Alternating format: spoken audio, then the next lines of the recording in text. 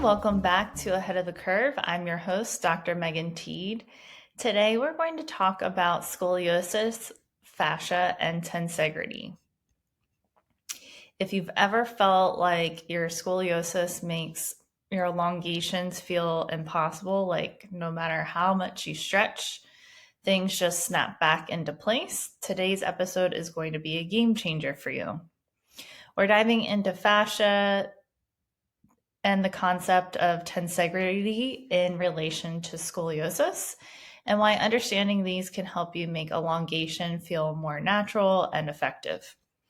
And of course, I'll be sharing how you can take this work even deeper inside my free 2-part training, the Curve Lengthening Lab, where I'll walk you through exactly how to lengthen your spine safely and avoid some common mistakes. But a little bit more on that later. I just want to share a personal anecdote as to how working on my fascia has helped me. This is something that I've been kind of toying around with here and there and never committing fully to a routine of fascia maintenance, so to speak.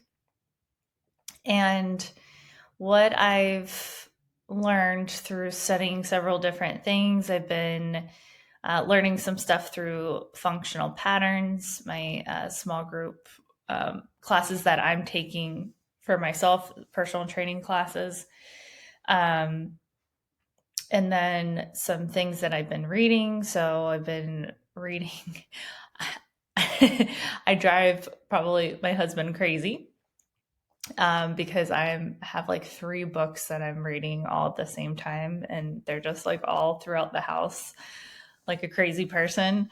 I'm reading Anatomy Trains, the Role Model Method by Jill Miller, and then Human Mechanics I'm reading as well. And all of them really interplay and interweave with one another, but they all really delve into the topic of fascia and why it's so important to address the maintenance of your fascia. And then they don't specifically talk about scoliosis. They kind of like touch on it here and there, but it's really easy to see how understanding these concepts better would help you if you have scoliosis. So anyhow, I've been dedicating time each week, almost daily, to doing some myofascial release myself. And I use yoga tune-up balls that Jill Miller created. I use an alpha ball and then the Courageous ball. So all of those you can find on Tune Up Fitness if you're interested in checking those out. But they are something that I use, and then I have my clients use them as well for release work. And it's been really powerful in changing the way that I feel. And I've always been somebody who says, well, I don't really have that much pain. So, here and there I'll have like something flare up, but I wouldn't say that I actually experience much pain on a day-to-day basis. Now, with that said, since I've been doing the myofascial release, I feel even better and have noticed how much just like discomfort I experience on a day-to-day basis prior to dedicating time to this that isn't there anymore. So it's just like these like nagging tensions and like a feeling of uncomfortableness, dis-ease in my body that isn't there anymore. And I feel like a lot of you can relate because you have scoliosis and you understand what it feels like to have, for instance, if you're just sitting for a prolonged period of time unsupported, it doesn't take too long for the prominent side of your back to start to feel like really tired and achy. And that isn't really happening to me that often anymore. And if it does happen, it takes a lot longer for that to start. Another example is like when I run, usually my limiting factor is my right rib prominence. It just gets like really tired and achy and fatigued more quickly. It kind of creates like a side stitch type of sensation. That isn't happening anymore. And I mean, that's a big deal for me. So if I'm having relief like that, I'm also seeing that my clients are having a lot more relief and a lot faster than they did prior to me implementing this into the work that I do with people. So let's get into fascia and why it matters for scoliosis. So let's start with fascia. Because this is the missing link for so many people trying to move better with scoliosis, fascia is a web-like connective tissue that surrounds everything in your body. It covers your bones, your muscles, your nerves, and your organs. So literally everything is wrapped in this fascial web. It's what holds you together and gives your body structure. Like if you didn't have fascia surrounding your muscle, it would be like a slab of ground beef. It wouldn't form into any sort of uniform structure. It would just be a big blob. Now, if you have scoliosis, your fascia isn't just working around a straight spine, obviously. It's adapting to the asymmetry of your curves. Over time, certain areas of your spine become compressed and stiff. So that's usually your concave sides, the collapsed areas, while others are overstretched and weak, and that's usually the convex side. So you have those muscles being over lengthened and they tend to be a bit weaker. That's why stretching alone doesn't always work the way we intended to. So, specifically, if you're doing dead hangs or inversion table, this is part of the reason that it's super problematic for some people with scoliosis. If your fascia is tight, it's usually also dehydrated or kind of like locked up and sticky. So your fascia should be able to kind of slide and glide over top of itself or over top of your muscle or your organ. So when it's not hydrated well, it's like trying to stretch a dried out rubber band. It's not going to glide and lengthen the way it's supposed to. So when people tell me I try to stretch, but I just feel tighter afterward, or I do spinal elongation, but my body snaps back into its old shape, or like it gets painful afterwards, this usually kind of leads me to thinking that this might be a fascia issue. What is tensegrity? So what is it? What the heck is tensegrity and how does it apply to scoliosis? Unless you're an engineer or a health professional, you've probably never heard the term tensegrity, or maybe you have. I don't want to underestimate you, but let's talk about it. So this is huge when it comes to how you're able to hold your body up, like how your body holds itself up. That's kind of what I was talking about with my unsupported sitting. Like usually it feels like a tremendous amount of effort. Actually, even when I do have a back to my chair, it just feels like there's a lot happening, a lot of work and effort in order to keep myself upright. Now, tensegrity is a term borrowed from architecture and engineering, but it applies to the body as well. It describes how a structure like your spine is supported by a balance of tension and compression. And I have a really cool new toy to demonstrate this. Sorry if you're listening and not watching a video, but I have a spine tensegrity model here. So this is really neat because it's movable and bendable, but it has prongs, which are your spine, pushing outward.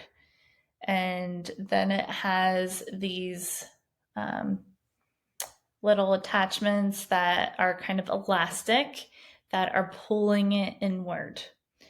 And when I add in a side bend and a rotation, it gets wrinkles in these elastic structures. And you can tell how this is not an optimal way to be moving around your body.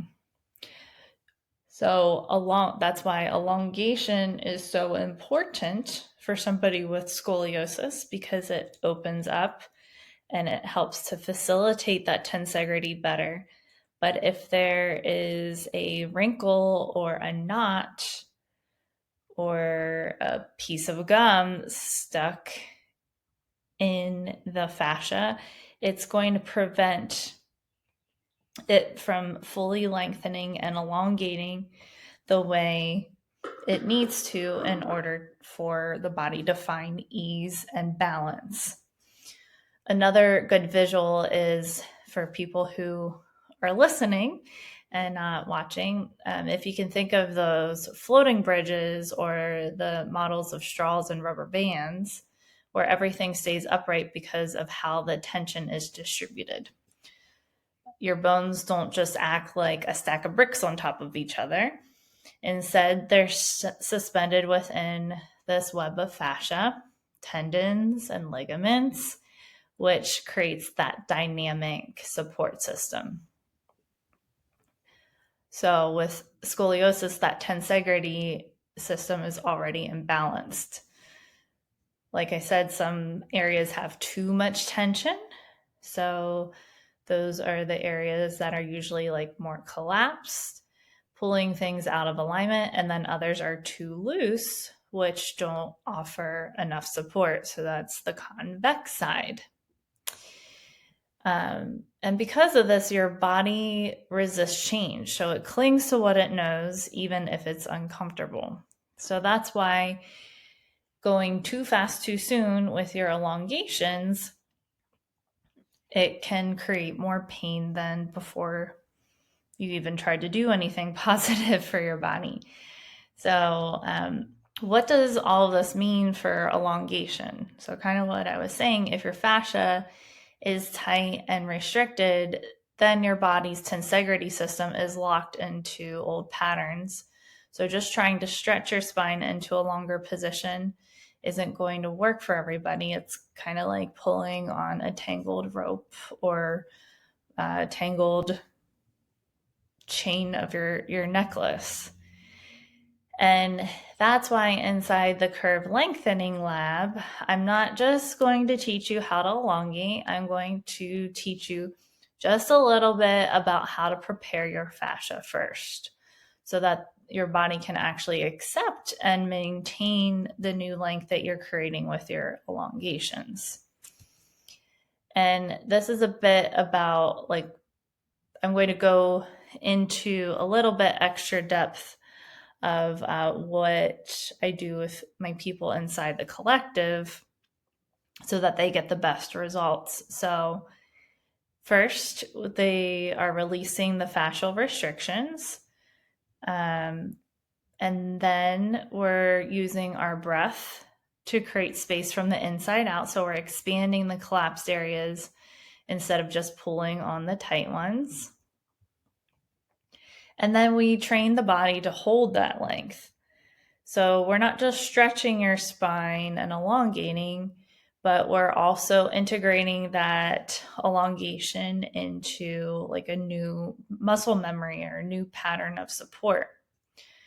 So when you work with your fascia and tensegrity system instead of against it, elongation actually feels a lot easier and it lasts. So you'll just find yourself, instead of finding yourself in your curve position, you're going to find yourself sitting in a more elongated position, neutral posture, or optimal posture.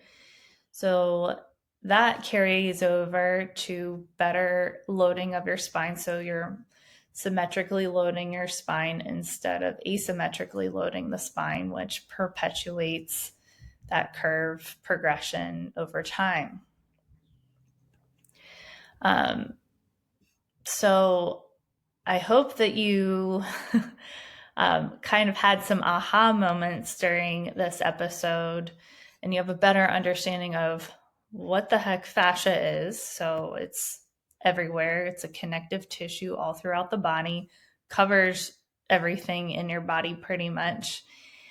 One thing that I didn't mention that is really important is your fascia communicates with your brain faster than your nerves do. So that's why it is a very quick turnaround for you to be feeling better after you work your fascia and do some release work with your fascia. That's why it feels so nice after you get a massage usually. But the better way to do that, where you get even more bang for your buck, is when you're doing it yourself, because your nervous system is more accepting of that. Your brain is like, oh, well, you're doing it, so it must be okay. You're doing it to yourself. So it's usually accepted better than if somebody else is doing it to you. It helps with proprioception. So basically, when you're doing your myofascial release, your brain is hyper aware of the areas that you are touching with the ball or even with your hand. And that helps to build a clearer picture in your brain of what your body looks like. So that carries over to improved proprioception, meaning knowing where you are in space has improved, and it helps to decrease your pain levels. And then finally, understanding why fascia and tensegrity are important things to understand when it comes to your scoliosis. Baseline, our tensegrity with scoliosis is kind of jacked. I'm sorry to say it in such a blunt term, but it really is not optimal the way that we are positioned in space. So it usually takes more muscle effort to hold ourselves up versus relying upon the fascia, which is less energy expenditure, and it feels better in your body. Before I hop off today, I just want to share one more story about how effective it can be working on your fascia when you have scoliosis. And I have a client story of somebody that I've been working with virtually. This is a woman who has been through a lot with her body. So she's had cancer, she's had operations on her foot, like a partial amputation of one of her toes to rid herself of cancer. She has had other stuff done within other surgical procedures within her abdomen. And then she has a significant scoliosis. So her scoliosis curve is 57 degrees. And she was experiencing so much hip and knee pain that she was ready to accept that she might possibly need to have surgery on her scoliosis, because she understood that that pain was likely coming from her back in one way or another. And she wasn't able to really walk longer than 5 minutes without that pain causing her to have to sit down and kind of turn around and go back home. So we've been working together for 4 sessions. And today I just want to share some of the ones that she shared with me. So she's been working and doing some myofascial self-release and a lot of breathing and just elongations and understanding her curve better. And she was able to walk 2.4 miles. And she said that when she was walking, she felt taller and more like she was gliding. And before, she said it was like more of a clunky, just awkward walking movement. And she would feel her ribs crashing into her hips when she was walking because she was so compressed and collapsed.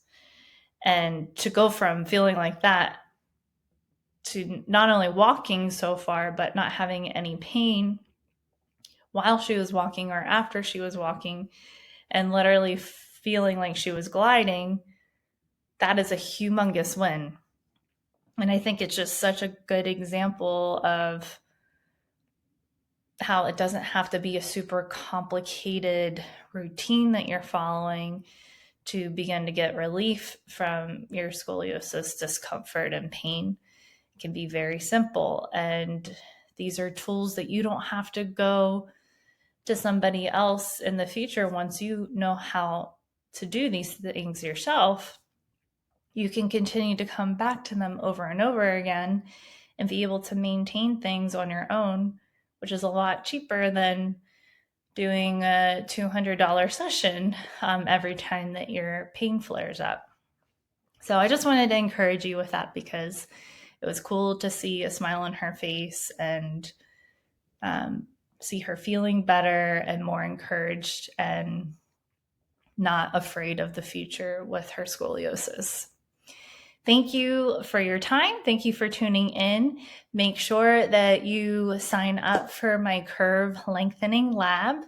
That happens on March 9th and March 13th. Sign up for those so that you can have the chance to